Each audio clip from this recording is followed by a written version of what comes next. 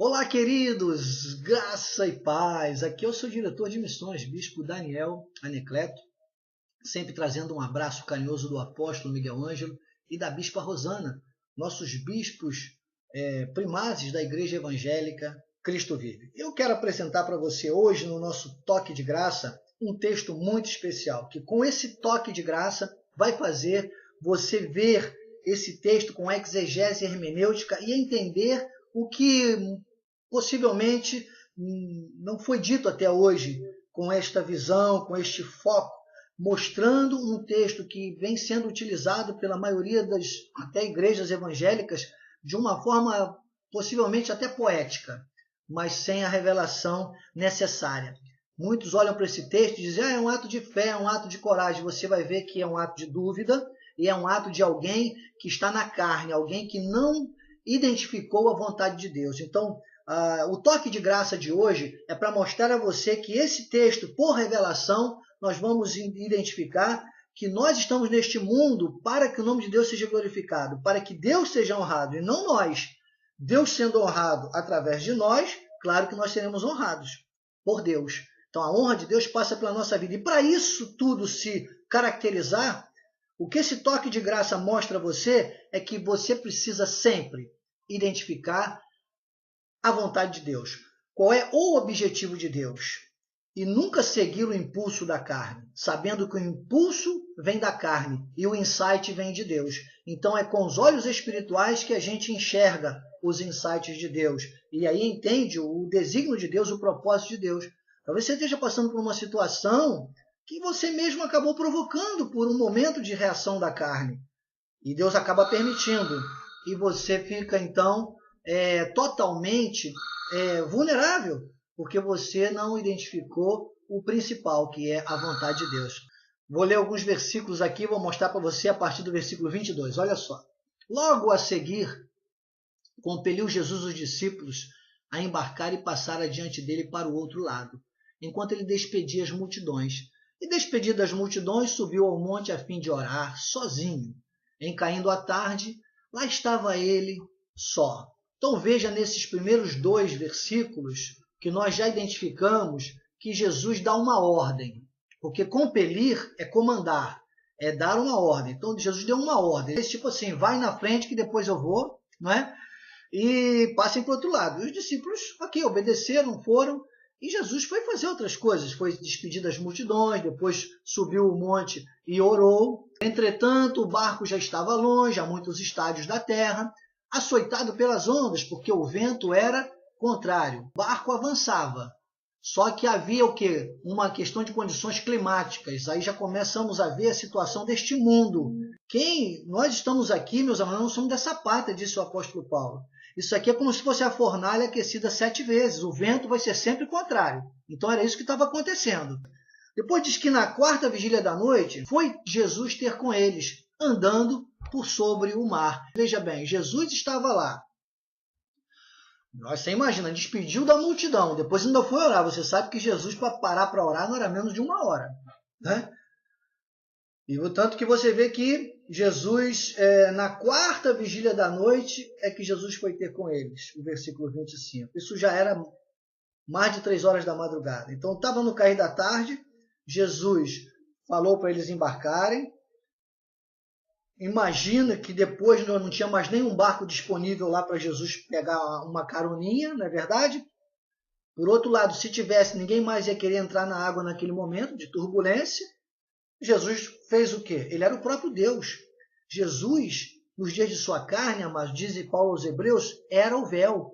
Ele era o próprio Deus, ele era 100% homem, mas também 100% Deus, porque ele foi gerado pelo Espírito Santo, mas ele também nasceu do ventre de Maria, então ele tinha todos esses os sentimentos. Paulo disse aos Hebreus, ele foi tentado à nossa semelhança, então a carne dele sentia as mesmas coisas que a nossa carne sentia, mas ele também era espírito purinho, porque João diz lá no capítulo 1, fazendo uma remissão, João capítulo 1, no versículos 1 e 14, ele diz assim, no princípio era o verbo, e o verbo era Deus, o verbo estava com Deus. Depois no 14 ele diz, o verbo se fez carne e habitou entre nós, e vimos a sua glória, cheio de graça e de verdade. Então ele era 100% homem 100% Deus. E aqui, ele, nesse momento, falou, vou sobre as águas. E foi andando por sobre o mar. Agora, olha a reação de quem está na carne. Quando nós estamos na carne, nossa tendência é não entender os projetos de Deus, não entender o que Deus está fazendo ou a forma que Deus está fazendo as coisas. E diz o versículo 26 e 27 que os discípulos, ao verem andando sobre as águas, ficaram aterrados, ficaram atemorizados e exclamaram, é um fantasma. E tomados de medo, gritaram. Então, primeiro, nesse versículo 26, você precisa ver o seguinte, se você não estiver focado, não estiver no Espírito, você nunca vai ver Jesus, você nunca vai ver Deus, você vai ver fantasma. O que tem de crente hoje aí vendo fantasma, onde era para ver Deus, amado, não está no gibi. Então, primeiro, precisa entender que focados no Espírito, nós vamos ver Jesus. Se estiver na carne, vamos ver fantasmas. E vamos ficar tomados de medo e viver gritando. E é o que as pessoas vivem o tempo todo, gritando, Senhor, aumenta a minha fé, Senhor, dá-me porção dobrada do teu Espírito. Quer ser Deus duas vezes, irmão? Como é que Deus vai dar porção dobrada do Espírito dele?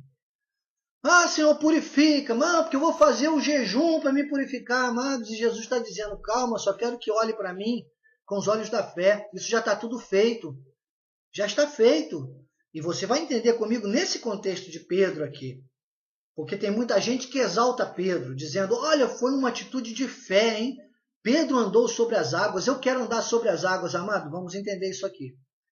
Vamos entender para a gente descortinar a revelação que tem esse texto, para a gente trazer para a nossa realidade hoje, de ministro de uma nova aliança. Porque no versículo 27, Jesus disse imediatamente, tem de bom ânimo. Mesma coisa que ele disse em João 16:33, quando ele disse, no mundo passais por ondas fortes, por ventos fortes, passais por as ondas açoitando o seu barco, passais por aflições.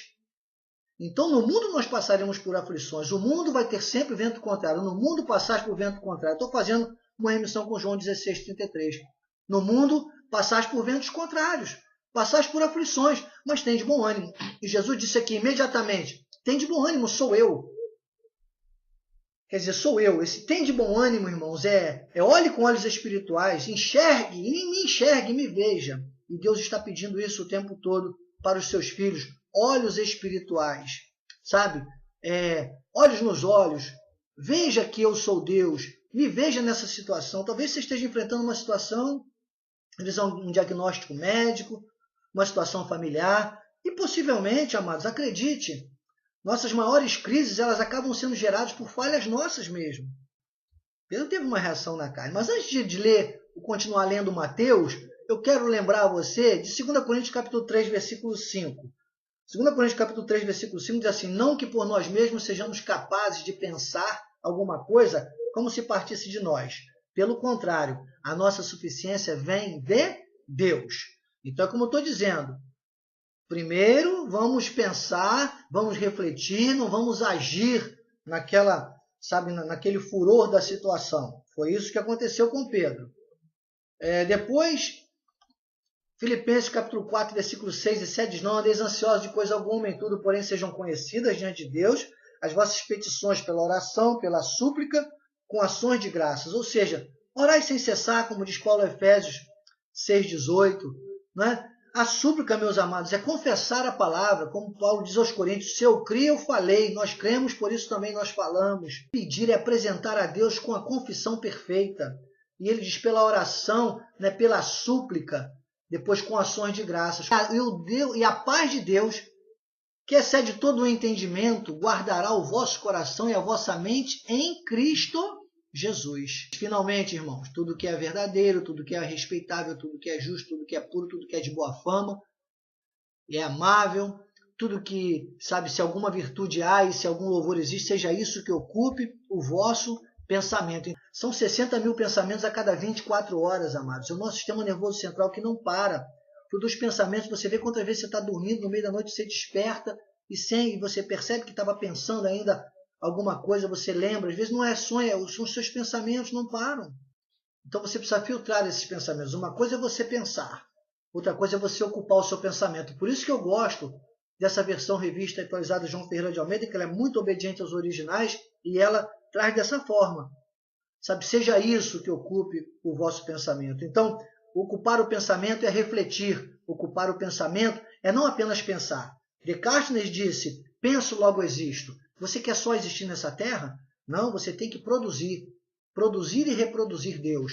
Então, quem pensa existe. Quem reflete, produz e reproduz Deus. Quem segue não os impulsos da carne, mas os insights do Espírito. Porque aqueles homens só viam fantasma. Aqueles homens não conseguiam ver logo Jesus. Jesus tem de paz. O que é o contrário de paz? O contrário de paz, irmãos, são as aflições. Por isso que eu volto a fazer remissão com João 16:33, onde ele diz, no mundo passais por aflições. Vamos continuar aqui no texto, para você fechar comigo esse raciocínio, vendo que os outros discípulos, todos ficaram atemorizados, pensaram inicialmente que era um fantasma, mas Pedro teve uma atitude diferenciada. Pedro disse assim no versículo 28, respondendo-lhe Pedro, disse, se és tu, Senhor, manda-me ir ter contigo por sobre as águas. E Jesus disse, vem Pedro, descendo do barco, andou por sobre as águas e foi ter com Jesus. Reparando, porém, na força do vento, teve medo e, começando a submergir, gritou, salva-me, Senhor. E é aqui nesse texto que nós vamos descortinar esta revelação do nosso toque de graça de hoje. É com um toque de graça que você vai entender esse contexto da maneira espiritual como tem que ser entendido. Porque nós temos ouvido falar a vida toda que Pedro teve um ato de coragem, um ato de fé. Pedro foi diferenciado, só que não foi. O ato de Pedro não foi de fé, foi de dúvida. Os outros acreditaram e ficaram no barco. Pedro não, Pedro disse, só acredito se tu me fizeres andar sobre as águas também. Então me faz ir aí ter contigo. Quer dizer, não bastava Jesus andar sobre as águas, Pedro também teria que andar sobre as águas. Jesus disse, então vem. E Pedro foi. Só que Pedro afundou, meus amados. Porque Pedro, aqui nesse contexto, ele significava carne. Pedro era a nossa carne é Pedro, nesse contexto aqui. Está sempre duvidando, está sempre querendo algo mais, sempre questionando Deus. Nós temos que parar de questionar Deus, parar de ficar toda hora questionando e entender. Quando ele disser, sou eu, não tem mais, tem que, aceitar.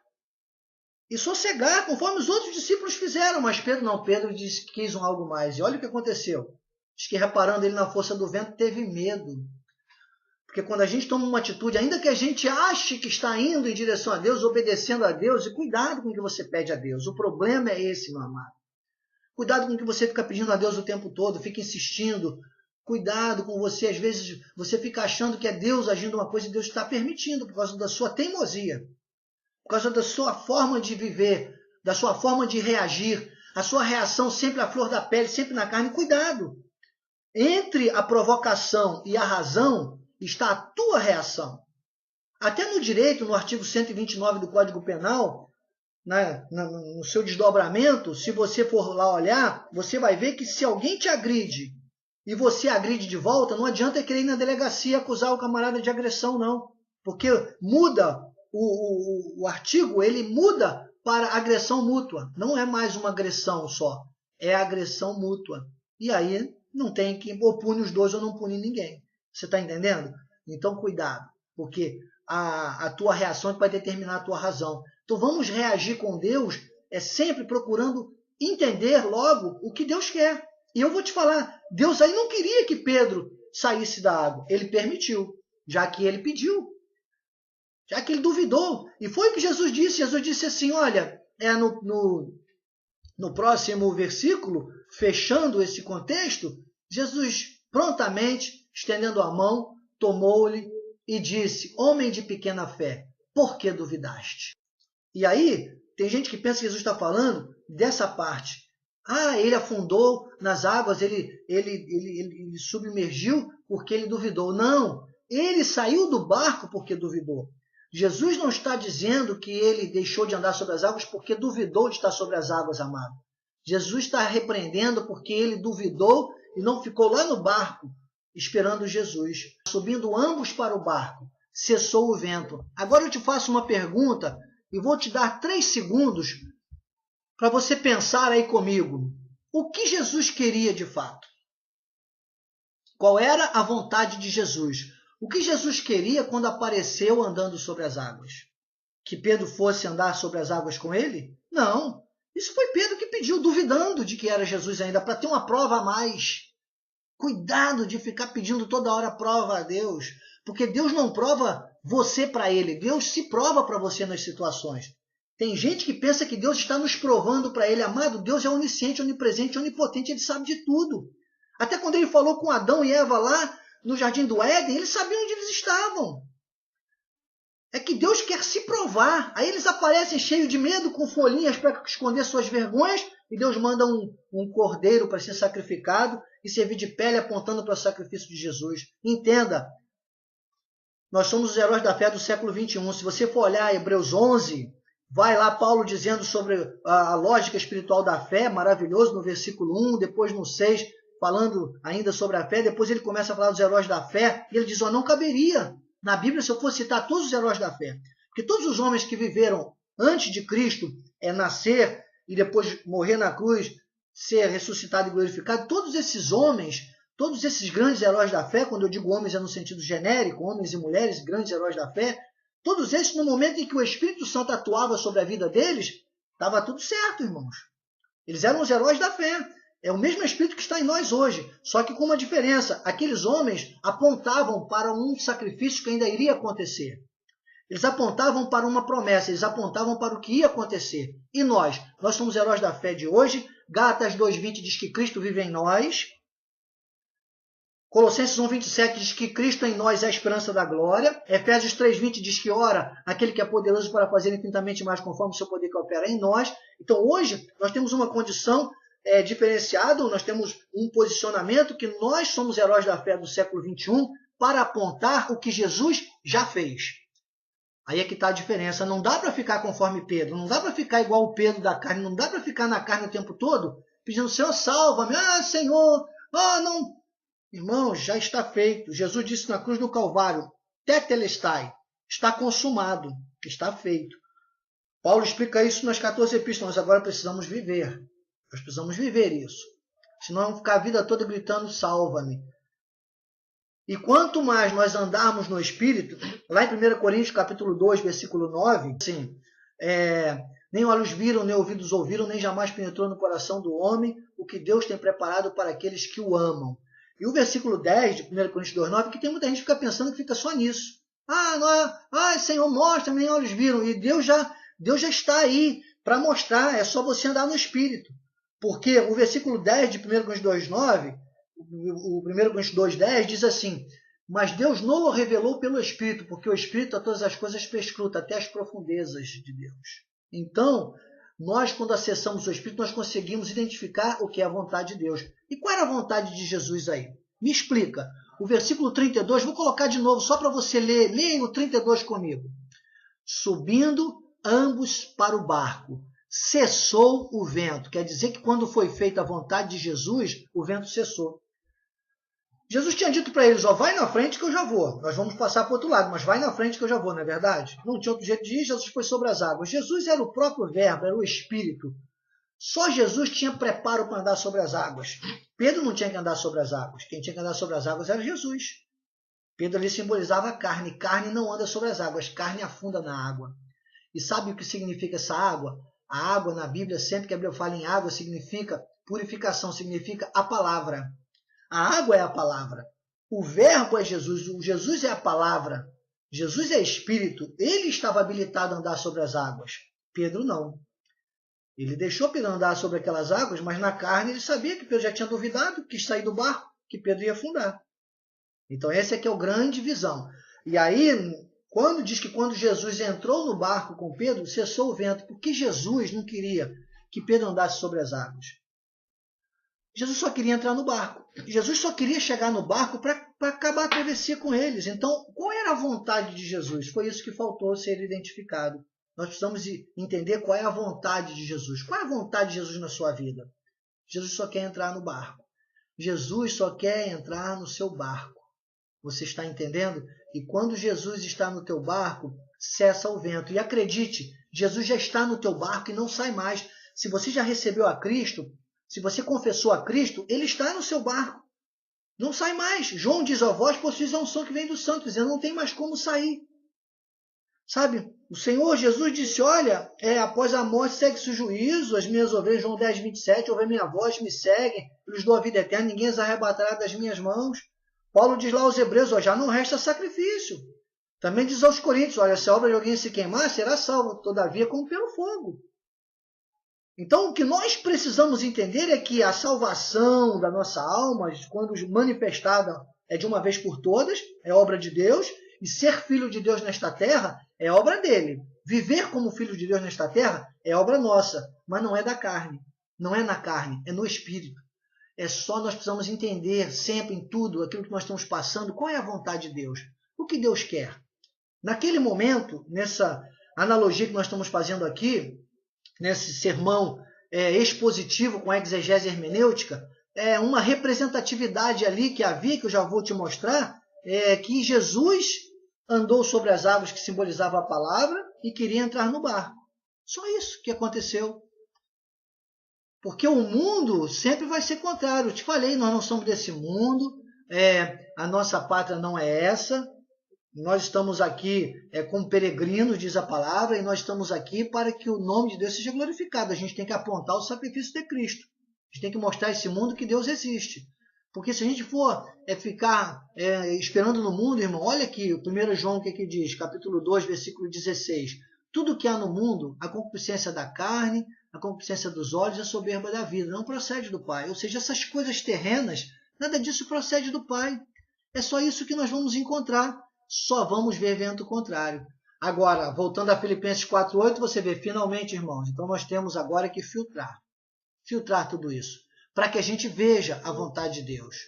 Olha, uma frase que eu tenho repetido nos meus estudos nos últimos dias, e nesse toque de graça vale a pena a gente repetir, para ter o que Deus pode, precisa fazer o que Deus quer. Para ter o que Deus pode, precisa fazer o que Deus quer. Ou seja, para cessar o vento, que só Deus podia naquele momento, precisava só Jesus entrar no barco. E não Pedro ir lá andar na água. Sabe o que aconteceu? Depois, os outros discípulos que ficaram quietinhos no barco, esperando por Jesus, chegaram sequinhos do outro lado, no máximo com um friozinho ou salpicados apenas pela maresia, e Pedro chegou todo ensopado, passou vergonha, porque já ia se afogando lá. Entende? Ouviu uma repreensão de Jesus sobre a dúvida. E é disso que eu estou falando para você. Mais Jesus e menos Pedro. João 15,7 diz, se permanecerdes em mim, e as minhas palavras permanecerem em vós, pedireis o que quiserdes, e vos será feito. Se eu permaneço em Jesus e as palavras dele permanecem em mim, tudo que eu falar, irmãos, tudo que eu pedir, vai ser vontade dele. Vai estar em acordo com a vontade dele. Eu vou estar no Espírito. É isso que eu estou falando. Então eu, para ilustrar melhor, coloquei aqui esses dois boizinhos, olha aí, você está vendo? Esses dois boizinhos, eles significam, olha ali, eu botei uma setinha em um e uma setinha no outro. Um é espírito e o outro é carne. Com a cangazinha, né, em cima, que é o jugo, chamado popularmente de canga pelos fazendeiros. Esse jugo, Mateus 11, 28 e 30, Jesus disse, caso vós o meu jugo, aprendei de mim, que sou manso e humilde de coração. Você vê que o carne está com a cabecinha mais para o lado, mas o espírito está com um passo firme. Então você tem que alimentar o teu espírito. Quanto mais você alimentar o teu espírito, você está dentro da vontade de Deus, que é a canga. Você tem o teu espírito bem alimentado, o boizinho carne vai só obedecer. Vai prevalecer o espírito. Você vai ver Deus, você vai identificar a vontade de Deus. E esse quadro branco envolvendo os dois boizinhos, somos nós. Você é o barco. Quem é o barquinho hoje nessa ilustração? É você. Você é o barco, Jesus já está em você, mas você também é carne. Senão você não estava vivo. Se você fosse só espírito, você já tinha sido arrebatado, já estava no seio de Abraão. Você também é carne. O que precisa é você alimentar o boizinho espírito, para que o espírito prevaleça. Se não, amado, você fica numa mesmice. Sabe? Você fica numa mesmice, você fica apenas num estado vegetativo espiritualmente falando aqui nessa terra. E você não está nessa terra para isso. Você está nessa terra para que a glória de Deus se manifeste na sua vida. E você já foi habilitado para isso, porque nós somos ministros de uma nova aliança. Nós temos que viver agora, conforme disse Paulo em 2 Coríntios capítulo 3, versículo 6, depois que ele diz que a nossa suficiência vem de Deus, ele diz, o qual nos habilitou. Passemos ministros de uma nova aliança, não da letra, ou seja, não da carne, não do Pedro, mas do Espírito, mas de Jesus, mas do Verbo, mas do Logos. Ele diz, porque a letra mata, mas o Espírito vivifica. Então, irmãos, é no Espírito. Gálatas 5,16 diz: andai no Espírito. Andai no Espírito e jamais satisfareis a concupiscência da carne. Então, quando você entender, fechando, o que diz Apocalipse 3,20, que era uma carta a uma igreja, portanto a salvos, a filhos de Deus. Apocalipse 3,20, a igreja de Laodiceia, o Senhor diz: eis que estou à porta e bato. Se alguém ouvir a minha voz e abrir a porta, eu entrarei, cearei com ele e ele comigo. Podemos fazer uma remissão com esse texto e pensar que Deus hoje está consumado. O que acontece é que Deus hoje, ele está o tempo todo disponível para cear conosco e nós cearmos com ele. Chama intimidade, chama comunhão. Então esse bater na porta não é para salvação, porque já eram pessoas salvas. Deus estava cobrando comunhão. Aquela igreja de Laodiceia estava muito perdida entre as forças do mundo, porque era uma igreja muito poderosa, no meio de um contexto muito poderoso financeiramente, né? Eram lugares envolvidos com bancos e grande concentração financeira, e aquela igreja estava muito dividida entre as riquezas do mundo e as riquezas de Deus. Deus estava dizendo: olha, vocês não estão frios nem quentes, vocês estão mornos, estou a ponto de vomitar. Está lá no contexto de Apocalipse 3. Tanto que você vê que a única das 7 igrejas que Deus não faz um elogio, ele só reclama dessa condição. Cuidado, amado. Precisamos estar atentos, sabe? Sem essa questão infantil. Pare de ser um pedinte. Não seja um pedinte. Com certeza, Deus está me mandando dizer isso para você, porque o Espírito de Deus não aceita essas coisas mais de crentes pedintes. Pedintes. Pare de pedir e agradeça mais. É com ações de graça, irmão. É crendo na vitória. E é procurando entender em cada situação, coisa ou pessoa, qual é a vontade de Deus. Porque é a vontade de Deus que tem que prevalecer. Diz lá Romanos 12, que só a vontade de Deus é boa, agradável e perfeita. Esse vai ser o nosso próximo toque de graça. Vou falar da vontade de Deus, que é BAP. Aguarde. Mas nesse, o importante agora é você entender que você precisa andar no Espírito. Primeiro entender. Primeiro você precisa compreender. Quando você observar uma situação, você sabe, está no eixo da igreja, no eixo espiritual, e você permaneça numa postura espiritual. O mundo está caindo à sua volta. Pode as pessoas estarem todas na carne, pode estarem todas conforme Pedro ali. Mas faça você a diferença. Não fique querendo andar sobre as águas na carne. O seu barquinho já está sobre as águas, que é a palavra.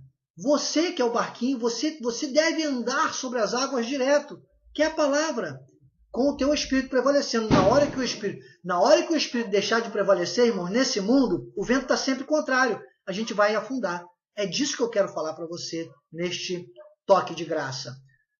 Menos carne e mais espírito. Menos Pedro e mais Jesus. Olhando para Jesus, autor e consumador da fé, tomando a nossa postura espiritual e vendo que o nosso barquinho, quando o Espírito estiver ali controlando, apesar dos ventos contrários, cessa o vento para nós e nós avançamos neste mundo sendo transformados de glória em glória e se cumprindo em nós o que está em Romanos 5:17, reinando em vida, tendo o controle da situação.